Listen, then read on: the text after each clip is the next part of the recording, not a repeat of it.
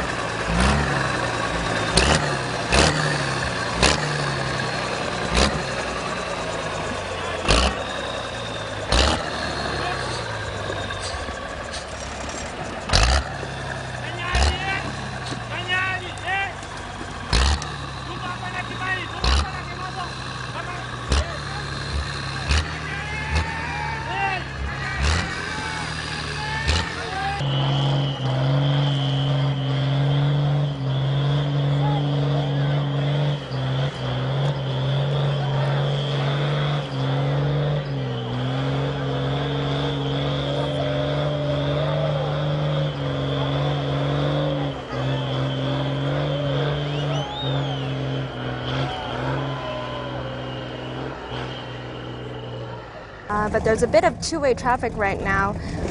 Bit of a queue, a couple of cars going either way trying to make it through the gauntlet in a timely fashion. Oh, a bit of sliding for Tony right there. Wow, definitely a tense moment, but looks like Tony is doing just fine. Found traction again. The crowd is really behind team number 33. And they make it up. Making it up right now is actually team 31. This is the second time up the hill trying to come up, but definitely losing some traction here. Wow, the wheels are really spinning hard right there. Car number 31 trying to make it up. Panda. Traction, but here it comes. I think it's going to make it.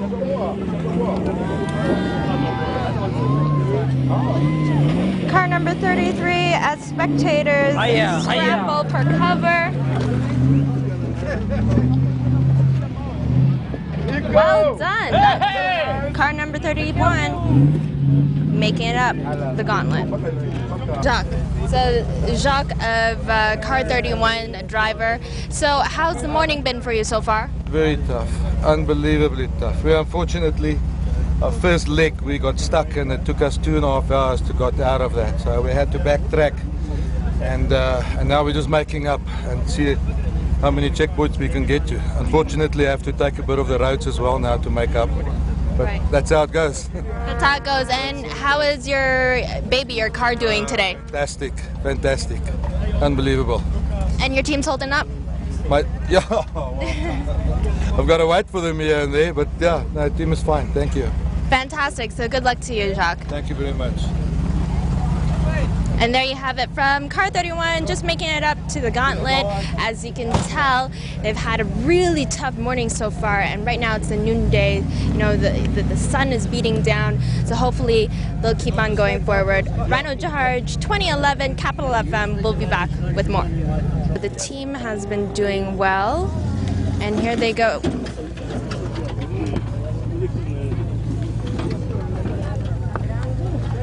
Slowly but surely they're going down. And we've got a runner out of the car directing Chet to the left to make sure he clears some big boulders. Yeah.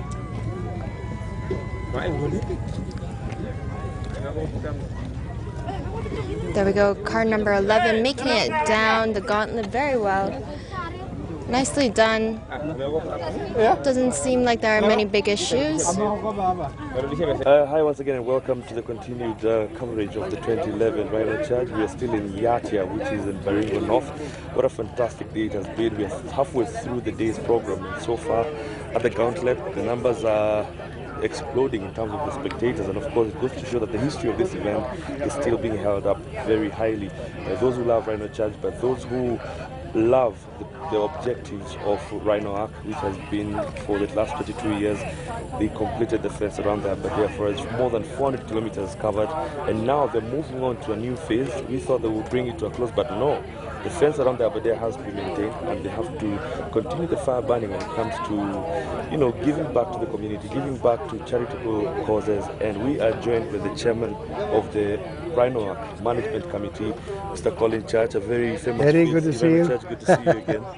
Very good to see you doing? on territory. Oh yeah, I'm enjoying it once again. I mean, 22 years down the road, you've been there since inception, and you've seen it grow Yes.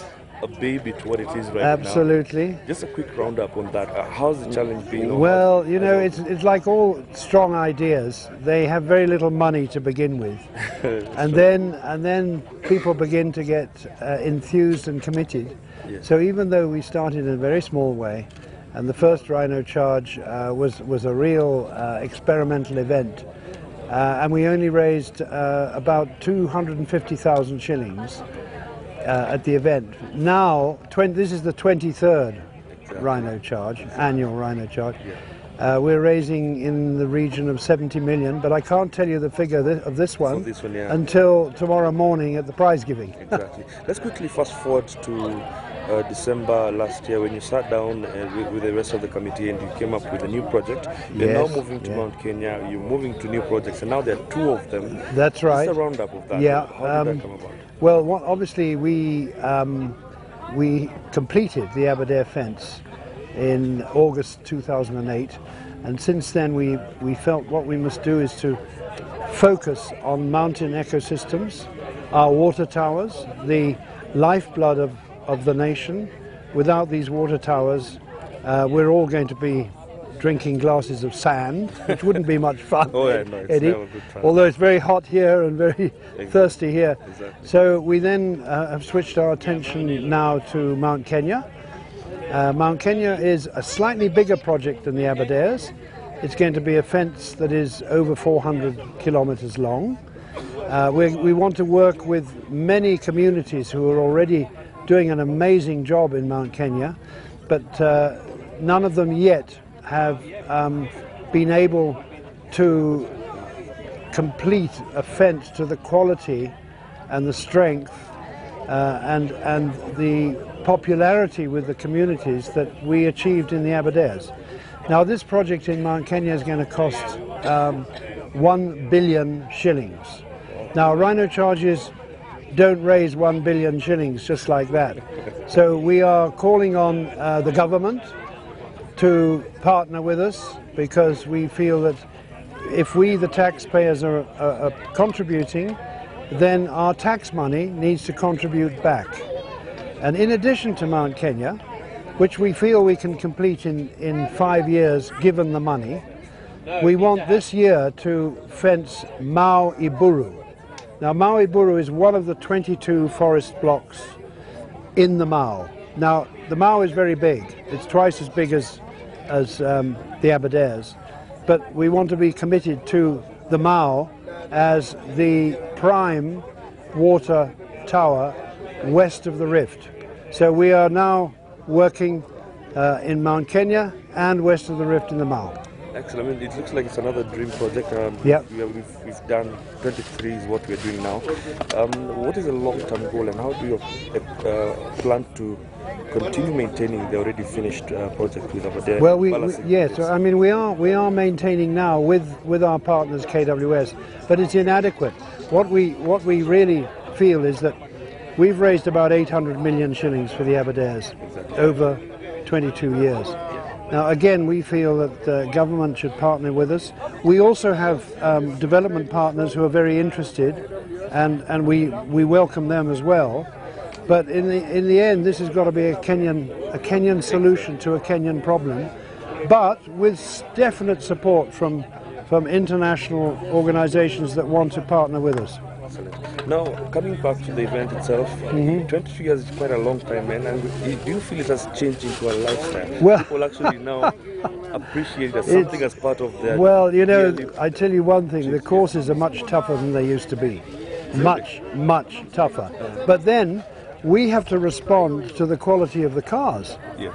And you see these cars with massive tires, Which they're also changing. but you know, the great thing about the Rhino Charge is that it can have the most professional drivers like Ian Duncan, and it can have the prettiest girls like the Sapir sisters who wear the pearls. The pearl shades, yeah. So you know, the great thing is they're raising money and having fun and adrenaline sport all together.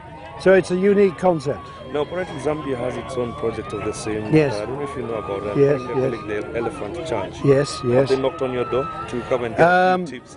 No, they're actually in the charge. The guy who runs the Elephant Charge in Zambia is in car 14. He's still driving. I saw him 5 minutes ago. And this is what we're saying.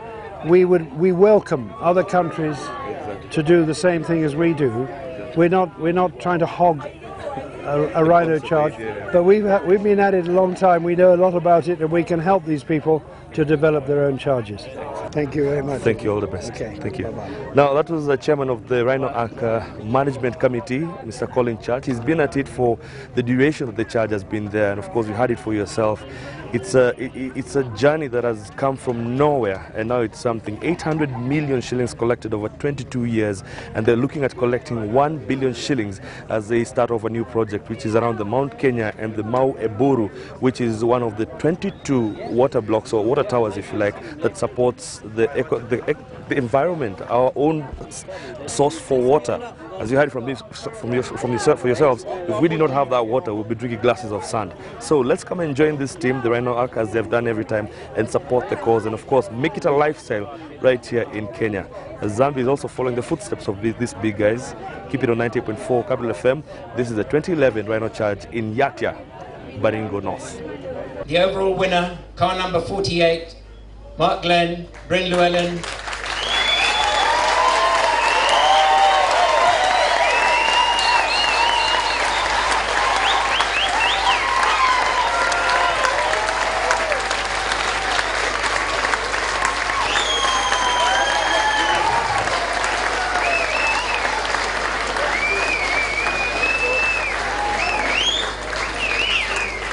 These guys did a distance of 42.26 kilometers, which is quite a lot more than the distance it should have been.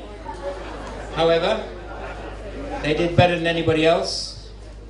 42.26 kilometers, and we reckon it should have been 39.78.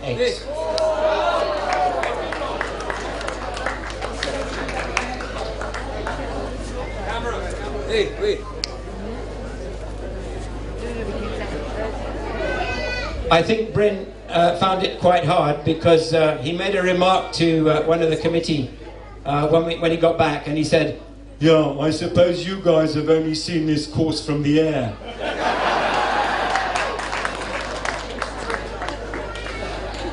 You're wrong, Bryn. We've walked every single inch of it. My comment actually was that I reckon the only guys who were highly entertained yesterday were the officials, knowing how difficult the course was. I'm very sorry, everyone's been here for a long time and listening to a lot of people. I'd just like to say a few things very quickly. First of all, we weren't in the charge until 9 o'clock the night before, so a huge thank you to Piers and his team and Romy, who got us in the game at the last minute or lastsecond.com. Once again, the officials, unbelievable job. We truly appreciate what you guys do.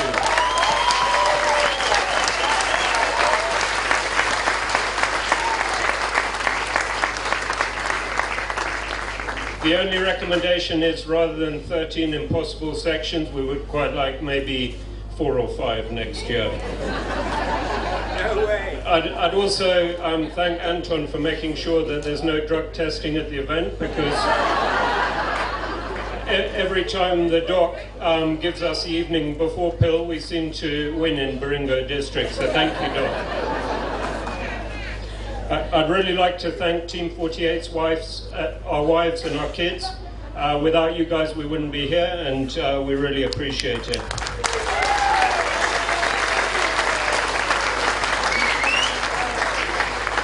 As anyone in the Rhino Charge knows, every single one of your people in the car has an integral part, and if that jigsaw doesn't go together 100%, you're not in the game. So a huge thank you to all my team members, and without you, we wouldn't be here.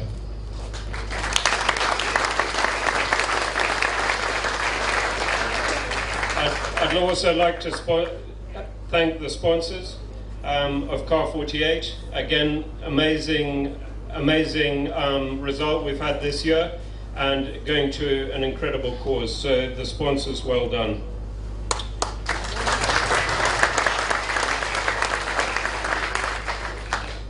Team 48 crew who are up on the car there, the blokes, the ladies, asante sana.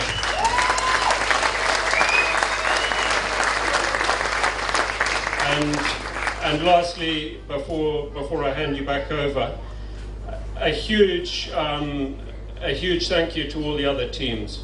We know what it takes to prepare a team, to get a team here, to do the event, and there are 5 or 10 teams at the top of the game, and we know that all of us line up against each other, and Lady Luck throws the dice in the air, and whichever one gets the highest count is the winner. So Bundu Fundis, well done for giving us an amazing run for our money, and well done. 3 cheers to the other teams. Hip hip, hooray! Hip hip, hooray! Hip hip, hooray! Thanks very much. Moving on, the next award is for the highest sponsorship raised.